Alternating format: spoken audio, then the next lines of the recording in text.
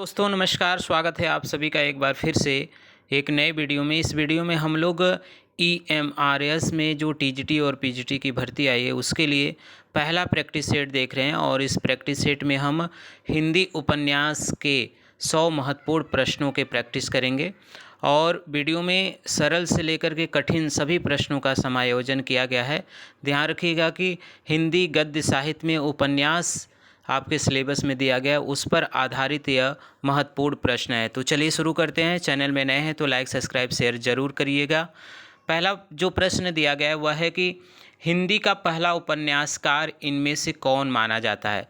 ध्यान रखिएगा, हिंदी का उपन्यासकार पूछा गया है तो हिंदी का पहला उपन्यास आप सभी को पता होगा कि वह है परीक्षा गुरु और उसके जो लेखक हैं वह लाला श्रीनिवास दास हैं। तो इस तरह से यह जो ऑप्शन नंबर सी है वह क्या हो जाएगा, सही हो जाएगा। चलिए देखते हैं दूसरा जो प्रश्न है वह है कि हिंदी का पहला उपन्यास किसे माना जाता है। देखिए यही प्रश्न पहले प्रश्न में थोड़ा सा पूछा गया था, उसमें उपन्यासकार का नाम पूछा गया था, इसमें पहला उपन्यास पूछा गया है। तो हिंदी का पहला उपन्यास परीक्षा गुरु है जिसके लेखक कौन है, लाला श्रीनिवास दास, जो पहले प्रश्न में बात किया गया है। चलिए आगे बढ़ते हैं, अगले प्रश्न को देखते हैं। अगला जो प्रश्न दिया गया है वह है कि एक अजान सौ सुजान नामक उपन्यास के लेखक कौन है। एक अजान सौ सुजान नामक उपन्यास के लेखक कौन है। तो यह जो उपन्यास लिखा गया है वह किसके द्वारा लिखा गया है, वह बालकृष्ण भट्ट द्वारा लिखा गया है। तो यहाँ से ऑप्शन नंबर जो बी दिया गया है वह क्या हो जाएगा, सही हो जाएगा। चलिए आगे बढ़ते हैं। अगला जो उपन्यास दिया गया है या उपन्यास के प्रश्न दिए गए हैं वह है बालकृष्ण भट्ट के उपन्यासों का मूल स्वर क्या है। बालकृष्ण भट्ट आप जानते हैं कि शुरुआती उपन्यासकार रहे हैं जिनकी बहुत सारे उपन्यास प्रसिद्ध हैं। उनमें से पूछा गया है कि बालकृष्ण भट्ट के उपन्यासों का मूल स्वर क्या है। तो चौथे प्रश्न का उत्तर आपको बताना है। पहला जो ऑप्शन दिए गए हैं सुधारवादी एवं उपदेशमूलक, तिलस्मी एवं अयारी, प्रेम चित्रण, कृषक समस्याएं। देखिए कृषक समस्याएं में प्रेमचंद का नाम बहुत आता है और तिलस्मी और अयारी में गोपाल दास गहमरी और इसलिए बालकृष्ण भट्ट के जो उपन्यासों का मूल स्वर है वह है सुधारवादी एवं उपदेशमूलक। तो इस तरह से ऑप्शन नंबर जो ए दिया गया है वह क्या हो जाएगा, सही हो जाएगा। चलिए आगे बढ़ते हैं, अगले प्रश्न को देखते हैं। अगला जो प्रश्न दिया गया है वह है कि जासूसी उपन्यासों का हिंदी में श्री गणेश करने का श्रेय किस उपन्यासकार को दिया जाता है। आप देखिए कि जासूसी उपन्यासों का श्री गणेश का मतलब शुरुआत करने का श्रेय किसे दिया जाता है। तो आपको जो ऑप्शन दिख रहे हैं उसमें जासूसी उपन्यासों के जो उपन्यासकार हैं उसमें गोपाल राम गहमरी का नाम पहले आता है। तो ऑप्शन नंबर बी यहाँ पे सही हो जाएगा। चलिए आगे बढ़ते हैं। अगला प्रश्न जो दिया गया है वह दिया गया है कि राधा कृष्ण के प्रेम का चित्रण करने वाला उपन्यास श्यामा स्वप्न किसने लिखा है। श्यामा स्वप्न आप जानते हैं कि जो उपन्यासकार हैं वह कौन है, यह आपको बताना है। तो यहाँ पे जो ऑप्शन दिए गए उसमें ठाकुर जगमोहन सिंह, जो बी ऑप्शन आपको दिख रहा है वह सही हो जाएगा। अर्थात श्यामा स्वप्न जो उपन्यासकार हैं, श्यामा स्वप्न के उपन्यासकार कौन है, ठाकुर जगमोहन सिंह। इस तरह से ऑप्शन बी आपका सही होगा। अगले प्रश्न की तरफ बढ़ते हैं। अगला प्रश्न थोड़ा सा देखिएगा ध्यान से। थॉमस डे के लोकप्रिय अंग्रेजी उपन्यास सैंडलफोर्ड एंड मर्टन का हिंदी अनुवाद किस लेखक ने किया है। यह प्रश्न दिया गया क्वेश्चन नंबर 7। तो आपको यह बताना है, इसका उत्तर जो हो जाएगा वह हो जाएगा वंशीधर। ऑप्शन नंबर जो सी है वह क्या होगा, सही हो जाएगा। चलिए आगे बढ़ते हैं। अगला प्रश्न महत्वपूर्ण प्रश्न है। उपन्यास रहस्य नामक निबंध के लेखक का नाम बताना है। उपन्यास रहस्य एक निबंध है, जिस निबंध के रचयिता कौन है, लेखक कौन है, ये आपको बताना है। तो यहाँ पे उपन्यास रहस्य जो निबंध है उसके लेखक हैं महावीर प्रसाद द्विवेदी। ध्यान रखिएगा, महावीर प्रसाद द्विवेदी द्वारा लिखा गया निबंध है उपन्यास रहस्य। आगे बढ़ते हैं, अगला प्रश्न हम देखेंगे। अगला जो प्रश्न दिया है वह दिया कि हम लोग जैसा और बातों में अंग्रेजी की नकल करते जाते हैं। हम लोग जैसा और बातों में अंग्रेजी की नकल करते जाते हैं, उपन्यास का लिखना भी उन्हीं के दृष्टांतों पर सीख रहे हैं, यह कथन किसका है। यह महत्वपूर्ण कथन दिया गया है और पूछा गया है इस कथन को कौन कहा है। तो ऑप्शन नंबर आपको जो दिख रहे हैं इसमें सी जो है बालकृष्ण भट्ट इस कथन को कहे हैं। तो ध्यान रखिएगा, ऑप्शन नंबर यहाँ पे जो सी है वह क्या होगा, सही हो जाएगा। आगे बढ़ते हैं, अगला प्रश्न देखते हैं यह जो प्रश्न दिया गया है, हिंदी की उस उपन्यासकार का नाम बताइए जिसकी कृतियों को पढ़ने के लिए बहुत से लोगों ने हिंदी सीखी। आप सभी को पता होगा कि एक उपन्यास चंद्रकांता उपन्यास उसमें बहुत प्रसिद्ध था, जिसको पढ़ने के लिए लोग देवनागरी लिपि सीखें और हिंदी सीखे। और उसमें आप ध्यान रखिएगा कि चंद्रकांता के जो लेखक हैं वह यहाँ पे हैं बाबू देवकी नंदन खत्री। तो ऑप्शन नंबर बी यहाँ पे क्या होगा, सही हो जाएगा। चलिए आगे बढ़ते हैं, अगले प्रश्न को देखते हैं। अगला जो प्रश्न दिया गया है वह है कि अंग्रेजी के प्रसिद्ध उपन्यासकार आर्थर कानन डायल से हिंदी का कौन सा उपन्यासकार प्रभावित था।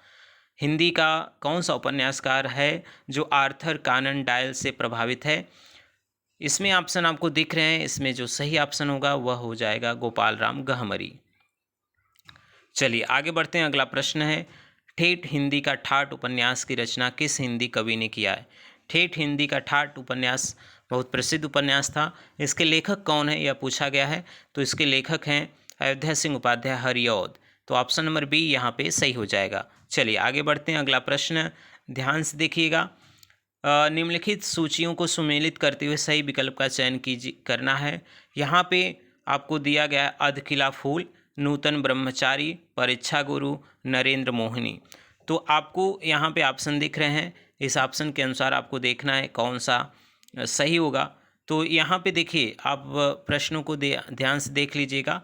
यहाँ पे देखिए ऑप्शन नंबर जो सी दिया गया है वह सही हो जाएगा, ऑप्शन नंबर सी। ठीक है, ऑप्शन नंबर सी यहाँ सही हो जाएगा। चलिए आगे बढ़ते हैं, अगला जो दिया गया है, अगला प्रश्न दिया गया है देवकी नंदन खत्री के उपन्यासों के बारे में कौन सा कथन सत्य है, यह बात बताना है। वे उच्च कोटि के साहित्यिक उपन्यास हैं, उनके जो उपन्यास वे यथार्थ पर आधारित हैं। इन उपन्यासों में इतनी रोचकता है कि ये पाठकों को बांधने में समर्थ हैं। ये जासूसी उपन्यास है। तो आपको बताना है यह कौन सा जो कथन है जो सत्य है। तो यहाँ पे आप देखते हैं कि इन उपन्यासों में इतनी रोचकता है कि यह पाठकों को बांधने में समर्थ है। और इसके पहले यह प्रश्न आया था कि देवकी नंदन खत्री के जो उपन्यास है उनको पढ़ने के लिए, चंद्रकांता को पढ़ने के लिए लोग देवनागरी लिपि सीखे, हिंदी सीखे, तो उनमें ऐसी रोचकता है जो पाठकों को बांधने में समर्थ है। तो ऑप्शन नंबर सी यहाँ पे क्या होगा, सही हो जाएगा। चलिए आगे बढ़ते हैं, अगले प्रश्न को देखते हैं। अगला जो प्रश्न दिया गया है वह है प्रेमचंद के पूर्व लिखे गए हिंदी उपन्यासों का मूल उद्देश्य क्या है। देखिए, प्रेमचंद जब आए तो वह यथार्थ से जुड़ने लगे, यथार्थवादी उपन्यासकार के रूप में धीरे धीरे उनका नाम आने लगा। लेकिन उसके पहले जो उपन्यासकार हैं उनका क्या मूल उद्देश्य था, यह प्रश्न पूछा गया है। तो क्वेश्चन नंबर 15 देखिएगा। हिंदी उपन्यास में प्रेमचंद के पहले लिखे गए जो उपन्यास थे उसमें मनोरंजन एवं सुधार यही उद्देश्य, मूल उद्देश्य था। ठीक है, चलिए आगे बढ़ते हैं। अगला जो प्रश्न दिया गया है वह है, देखिए यह महत्वपूर्ण प्रश्न है। प्रेमचंद शताब्दियों से पददलित, अपमानित और उपेक्षित कृषकों की आवाज़ थे। प्रेमचंद के बारे में यह कथन किसका है। प्रश्न दिया है कि प्रेमचंद शताब्दियों से पददलित, अपमानित और उपेक्षित कृषकों की आवाज़ थे। प्रेमचंद के बारे में यह कथन किसका है। तो क्वेश्चन नंबर 16 को ध्यान से देखिएगा। यह जो प्रश्न दिया गया है वह हजारी प्रसाद द्विवेदी। तो ऑप्शन नंबर जो यहाँ पे बी दिख रहा है वह क्या होगा, सही हो जाएगा। चलिए आगे बढ़ते हैं, अगला प्रश्न है महत्वपूर्ण प्रश्न है, गोदान का प्रकाशन वर्ष क्या है। आप सभी जानते हैं कि मुंशी प्रेमचंद द्वारा लिखा गया महत्वपूर्ण उपन्यास गोदान जो कृषक जीवन पर आधारित है, उस उपन्यास का समय पूछा गया, प्रकाशन वर्ष पूछा गया है। तो क्वेश्चन नंबर 17 को ध्यान से देखिए। 1935 वह ईस्वी है जिस पर गोदान प्रकाशित हुआ था। तो ऑप्शन नंबर जो सी है वह क्या होगा, सही हो जाएगा।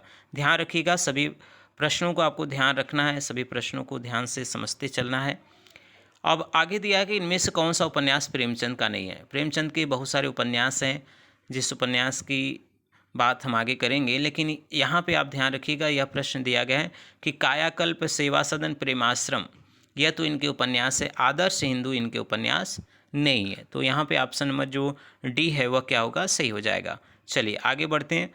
अगला जो प्रश्न दिया गया है वह दिया गया है कि दहेज प्रथा एवं अनमेल विवाह के दुष्परिणामों को प्रेमचंद के किस उपन्यास में अभिव्यक्ति मिली है। दहेज प्रथा और अनमेल विवाह यह बहुत ऐसा उपन्यास था जिसमें यह बातें दिखती हैं, यह प्रश्न पूछा गया है। तो आपको पता होगा निर्मला एक ऐसा उपन्यास है जिसमें दहेज प्रथा और निर्मला उपन्यास में दहेज प्रथा और अनमेल विवाह की चर्चा की गई है। तो ऑप्शन नंबर डी यहाँ पर सही हो जाएगा। आगे बढ़ते हैं। अगला जो प्रश्न है वह दिया हुआ है कि दहेज प्रथा कुलीनता का प्रश्न पत्नी की स्थान जैसी विवाह से जुड़ी समस्याओं को प्रेमचंद ने किस उपन्यास में उठाया है। यह प्रश्न भी महत्वपूर्ण है। क्वेश्चन नंबर 20 को ध्यान से देखिएगा। जो सेवा सदन है, सेवा सदन उपन्यास में इन सभी बातों का समस्याओं को जुड़ी बात जो है वह प्रेमचंद ने उठाया है। तो सेवा सदन यह ऑप्शन सही हो जाएगा। ऑप्शन नंबर ए सही हो जाएगा। चलिए आगे बढ़ते हैं। अगला जो प्रश्न दिया गया है, इनमें से हिंदी के किस उपन्यासकार ने घटना के स्थान पर चरित्र को उभारने का प्रयास किया है। यह भी प्रश्न महत्वपूर्ण है। घटना के स्थान पर चरित्र को उभारने का प्रयास किस उपन्यासकार ने किया है। तो हिंदी के प्रसिद्ध उपन्यासकार वह है मुंशी प्रेमचंद, जो घटना के साथ साथ उस चरित्र को भी उभारने का प्रयत्न किए हैं। तो ऑप्शन नंबर डी यहाँ पे क्या होगा, सही हो जाएगा। आगे बढ़ते हैं। अगला जो प्रश्न है वह दिया हुआ है कि कौन सा कथन प्रेमचंद के उपन्यासों के संदर्भ में उचित है। प्रेमचंद के उपन्यास के संदर्भ में कौन सी बात सही दिखती है वह बताना है। पहला ऑप्शन दिया है कि सुरुचिपूर्ण प्रसंगों की उद्भावना पर बल दिया गया है। दूसरा दिया है कि जीवन की वास्तविक समस्याओं को केंद्र में रखा गया है। तीसरा दिया है कि कथान प्रसंगों को मध्य वर्ग के तत्कालीन जीवन के साथ जोड़ दिया गया है। और ऑप्शन डी दिया गया है उपयुक्त सही। तो क्वेश्चन नंबर 22 आप देखिए, इसमें इन सभी बातों का ध्यान प्रेमचंद के संदर्भों में मिलता है। तो ऑप्शन नंबर जो डी है उपयुक्त सभी वह सही हो जाएगा। आगे बढ़ते हैं। अगला प्रश्न है, प्रेमचंद के उस उपन्यास का नाम बताइए जिसे महाकाव्य की संज्ञा दी गई है। तो आप सभी जानते होंगे कि गोदान ऐसा उपन्यास है जिसे महाकाव्य की संज्ञा दी गई है। तो क्वेश्चन नंबर यहाँ पे 23 में ऑप्शन में जो डी दिख रहा है वह क्या हो गया, सही हो जाएगा। चलिए आगे बढ़ते हैं। अगला प्रश्न है, अगला महत्वपूर्ण प्रश्न दिया है कि हिंदी के किस उपन्यासकार ने कथा साहित्य को मनोरंजन के स्तर से ऊपर उठाकर जीवन के यथार्थ से जोड़ने का काम किया। यह महत्वपूर्ण प्रश्न है कि किस उपन्यासकार ने कथा साहित्य को मनोरंजन के स्तर से ऊपर उठाकर जीवन के साथ जोड़ने का प्रयत्न किया है। यह प्रयास जो किया गया है वह भी आप सभी जानते हैं, Munshi Premchand. Option number A सही हो जाएगा। चलिए अगला प्रश्न है, हिंदी के किस उपन्यासकार को आदर्शोन्मुखी यथार्थवाद का चित्रण करने का श्रेय दिया जाता है। हिंदी के किस उपन्यासकार को आदर्शोन्मुखी यथार्थवाद का चित्रण करने का श्रेय दिया जाता है। तो यह सभी प्रश्न अभी प्रेमचंद के बारे में ही चल रहा है। तो ऑप्शन नंबर डी यह सही हो जाएगा। आगे देखते हैं। यह भी महत्वपूर्ण प्रश्न है, स्त्रियों के आभूषण प्रेम के दुष्परिणाम प्रेमचंद के किस उपन्यास में दिखाए गए हैं। महत्वपूर्ण प्रश्न है। आपको ध्यान होगा, अगर आप पढ़े होंगे, गबन ऐसा उपन्यास है जिसमें यह बात दिखाई गई है कि आभूषण प्रेम से क्या दुष्परिणाम हो सकते हैं स्त्रियों के। तो ऑप्शन नंबर बी यहाँ पे क्या हो जाएगा, सही हो जाएगा। आगे बढ़ते हैं। अगला प्रश्न देखते हैं, प्रसाद द्वारा रचित अधूरा उपन्यास कौन सा है। प्रसाद द्वारा रचित जो अधूरा उपन्यास है उसके बारे में यह प्रश्न पूछा गया है। आपको ऑप्शन दिख रहे हैं, कंकाल, तितली, इरावती। तो इरावती इनका जो उपन्यास है वह अपूर्ण है, अधूरा है। तो ऑप्शन नंबर सी आपको ध्यान रखना है, यह सही हो जाएगा। चलिए आगे बढ़ते हैं। अगला प्रश्न देखते हैं, प्रेम के आदर्श स्वरूप की व्याख्या प्रसाद के किस उपन्यास में है। प्रेम के आदर्श स्वरूप की व्याख्या प्रसाद यानी जयशंकर प्रसाद के किस उपन्यास में दिया गया है। यह प्रश्न महत्वपूर्ण प्रश्न है, आपको ध्यान रखना है। यह जो प्रश्न है इसका उत्तर होगा ऑप्शन नंबर बी, तितली वह उपन्यास है जिसमें प्रेम के आदर्श का व्याख्या किया गया है। चलिए अगला प्रश्न भी उससे जुड़ा हुआ है। अगला जो प्रश्न दिया गया वह तितली का प्रकाशन वर्ष क्या है, यह दिया गया। तितली उपन्यास जो लिखा गया है जयशंकर प्रसाद द्वारा उसका प्रकाशन वर्ष पूछा गया है। तो आप ध्यान रखिएगा 1934 ईस्वी में यह प्रकाशित हुआ था। तो ऑप्शन नंबर जो बी है वह क्या होगा, सही हो जाएगा। चलिए अगला प्रश्न हम देखेंगे। अगला जो प्रश्न है वह प्रश्न है कि किस उपन्यास में अंतर्जातीय विवाह की समस्या को कथा वस्तु का आधार बनाया गया है। ध्यान रखिए, अंतर्जातीय विवाह की समस्या को कथा वस्तु बनाया गया है, वह कौन सा उपन्यास है।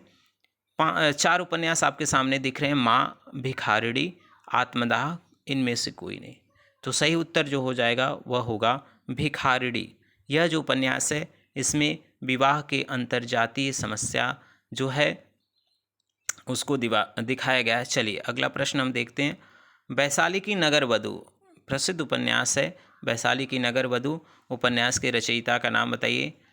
इसमें ऑप्शन आपको दिख रहे हैं, बहुत सारे ऑप्शन दिए गए हैं, मतलब 4 ऑप्शन दिए गए हैं जिसमें आपको सही उत्तर बताना है। तो आचार्य चतुर्सेन द्वारा रचित है यह उपन्यास वैशाली की नगर वधू। चलिए आगे बढ़ते हैं। अगला प्रश्न दिया गया है, इसको भी सुमेलित करना है, ध्यान रखिएगा, सुमेलित करना है। क्वेश्चन नंबर 32 आप देख लीजिए जो दिया गया है। जो आपको उपन्यास दिख रहे हैं और उसके रचनाकार दिख रहे हैं, वयम रक्षाम, भिखारिणी, कंकाल, कायाकल्प।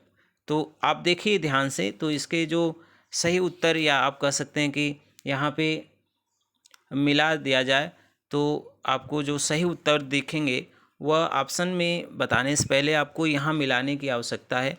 तो कौन कौन से यहाँ पे सही उत्तर होंगे यह देखिएगा, ठीक है। तो वयम रक्षाम किसका लिखा गया है? वयम रक्षाम जो रचना लिखा गया है वह किसके द्वारा लिखा गया है? तो वयम रक्षाम लिखा गया है आचार्य चतुर्सेन द्वारा, ठीक है।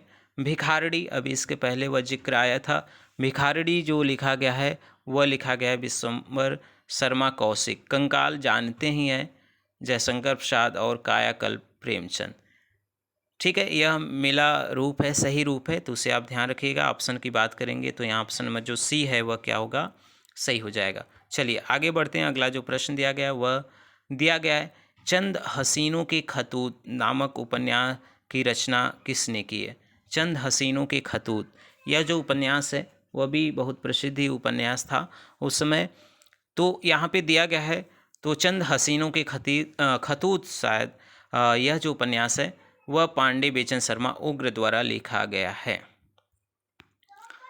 अगला प्रश्न है कि वेश्या वर्ग को अपने उपन्यासों की कथावस्तु का आधार बनाने का जो हिंदी के पहले उपन्यासकार हैं वह कौन है? प्रश्न भी महत्वपूर्ण है। यह प्रश्न के जो उत्तर हैं वह है पांडे बेचन शर्मा उग्र, या ऐसे उपन्यासकार हैं जो वेश्या वर्ग को अपने उपन्यासों की कथावस्तु का आधार बनाया था। चलिए अगला प्रश्न है, उग्र जी की परंपरा को विकसित करने वाले उपन्यासकार का नाम क्या है? उग्र जी की परंपरा को विकसित करने वाले उपन्यासकार जो हैं वह कौन है? तो वह है ऋषभ चरण जैन। ऋषभ चरण जैन यह उपन्यासकार हैं जो उग्र जी की परंपरा को विकसित करने वाले हैं। चलिए आगे बढ़ते हैं, अगला प्रश्न देखते हैं।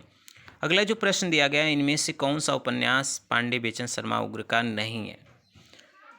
इसमें 4 ऑप्शन आपको दिख रहे हैं, सरकार तुम्हारी आंखों में, जीजाजी, दिल्ली का दलाल। यह जो है उपन्यास यह तो पांडे बेचन शर्मा उग्र का है, वेश्यापुत्र इनका नहीं है। तो ऑप्शन नंबर डी यहाँ पे सही हो जाएगा।